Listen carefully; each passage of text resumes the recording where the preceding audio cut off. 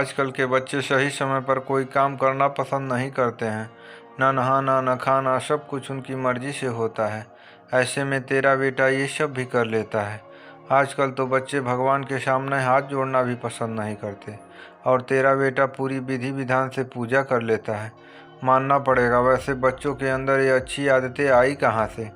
हमें भी पता चले आपके पास कौन सी ऐसी जादुई छड़ी है जिसे घुमाने से बच्चे के अंदर इतनी अच्छी आदतें और संस्कार आए हैं। वो जादू की छड़ी मेरे सास ससुर मतलब बच्चों के बाबा दादी हैं।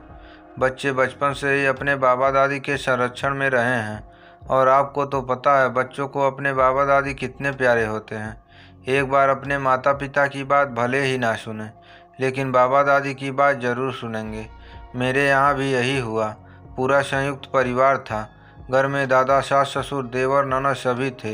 इन सबके बीच मेरे दोनों बेटे कब बड़े हो गए मुझे पता ही नहीं चला, और सबके साथ रहने से ये बहुत अच्छी बात हुई कि मेरे बच्चों ने अपने बड़ों की अच्छी आदतें सीखी। मुझे तो कभी कुछ बताना ही नहीं पड़ा।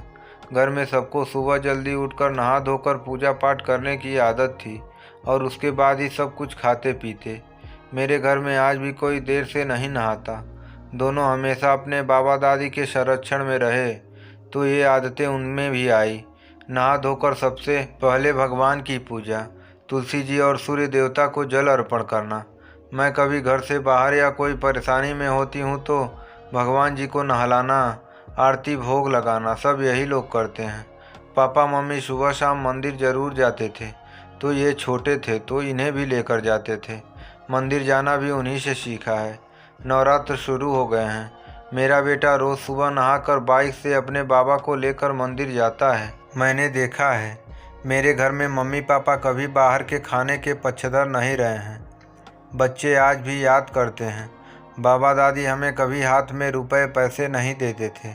कभी हम लोग चिप्स कुरकुरे के पैकेट या कोल्ड ड्रिंक्स कॉफ़ी की जिद करते तो बाबा यही कहते, ये सब चीज़ें नुकसान करती हैं, इनकी जगह दूध पियो, फल मेवे खाओ और घर का बना खाना खाओ जो हमारे शरीर को हुष्ट पुष्ट बनाता है। घर में फल दूध मेवे भरे रहते। बच्चों को आज भी रोज़ बाहर का खाने की आदत नहीं है। कभी कभी की बात अलग है, अपने से बड़ों की इज्जत करना, फिर वो घर के काम वाले ही क्यों न हों। ये सब आदतें मेरे बच्चों में हैं। मेरे ससुर जी हमेशा घर के कामों में मेरी सासू माँ की, अपनी बेटी की और मेरी मदद करते थे। उन्हें देखकर उनकी ये आदतें उनके बेटे ने भी सीखी, और अब मेरे बेटे ने सीखी, जिसका फ़ायदा हमेशा मुझे मिलता है। ज़रूरत पड़ने पर सब मेरी मदद करते हैं। मेरे ससुर जी ज़रूरत की हर चीज़ पर दिल खोल कर खर्च करते, लेकिन फिजूल खर्ची बिल्कुल पसंद नहीं उन्हें। और उनकी ये सबसे अच्छी आदत मेरे दोनों बेटों में आई है। उन्होंने उनसे पैसे जोड़ना सीखा है। वो बच्चों से कहते, हमने तुम्हें ये मिट्टी की गुल्लक लाकर दी है, अब देखते हैं कौन कितने रुपए जोड़कर हमें देता है, फिर उसको इनाम मिलेगा। इस होड़ में बच्चे अपने एक भी रुपए खर्च नहीं करते, हमेशा जोड़ कर रखते हैं। इससे उनके बाबा बहुत खुश रहते हैं। ऐसी बहुत सी अच्छी आदतें हैं जो मेरे बच्चों ने घर परिवार के बीच रहकर अपने बाबा दादी से सीखी हैं, जिसकी मुझे बहुत खुशी है। मेरे परिवार की सबसे अच्छी आदत जो मेरे बच्चों में भी आई है। आज के समय में मेरे घर में मेरे ससुर जी, पतिदेव, देवर जी कोई भी किसी प्रकार की गलत आदत से ग्रस्त नहीं है, और मेरे बच्चे भी किसी गलत आदत से ग्रस्त नहीं हैं, जिस बात पर मुझे बहुत गर्व है। मुझे उनकी चिंता नहीं करनी पड़ती। तो देखा मैडम, आपने घर परिवार और बड़ों के बीच रहने के फ़ायदे। पहले के लोग अच्छी आदतों का भंडार होते थे, अब ये आपके ऊपर है, आप उनसे क्या सीखते हैं। महिमा ने हंसते हुए कहा, तुम बिल्कुल सच कह रही हो, ये तो मैंने भी देखा है। सभी लोग तुम्हारे घर परिवार और बच्चों की बहुत तारीफ करते हैं। मैंने भी आज तक उनके बारे में कोई बात नहीं सुनी। मैंने तो हमेशा अपने बच्चों को अपने दादी बाबा से दूर रखा, क्योंकि मुझे लगता था कि उनसे लगाव के चक्कर में मेरे बच्चे कहीं मुझसे दूर ना हो जाएं। लेकिन मैं गलत थी, और अपनी उसी गलती की सज़ा मैं भुगत रही हूँ। मेरे बच्चे मेरी कोई बात नहीं सुनते। मीता मायूसी से बोली, यही तो गलती है आज के लोगों की। बच्चों को सबके बीच रहने की आदत होनी चाहिए।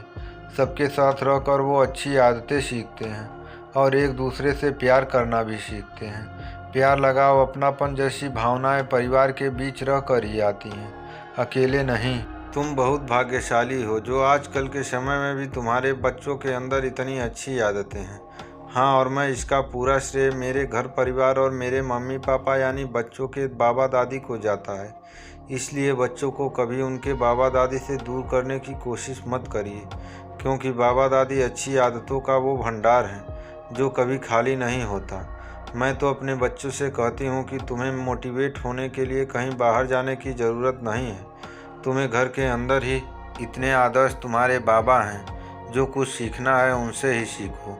देखा दोस्तों, अपने बच्चों ने अपने बाबा दादी के साथ रहकर कितनी अच्छी आदतें सीखी हैं।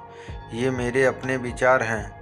मेरा मकसद किसी की भावनाओं को ठेस पहुंचाना बिल्कुल नहीं है। आपको ये कहानी कैसी लगी कमेंट बॉक्स में ज़रूर कमेंट करें।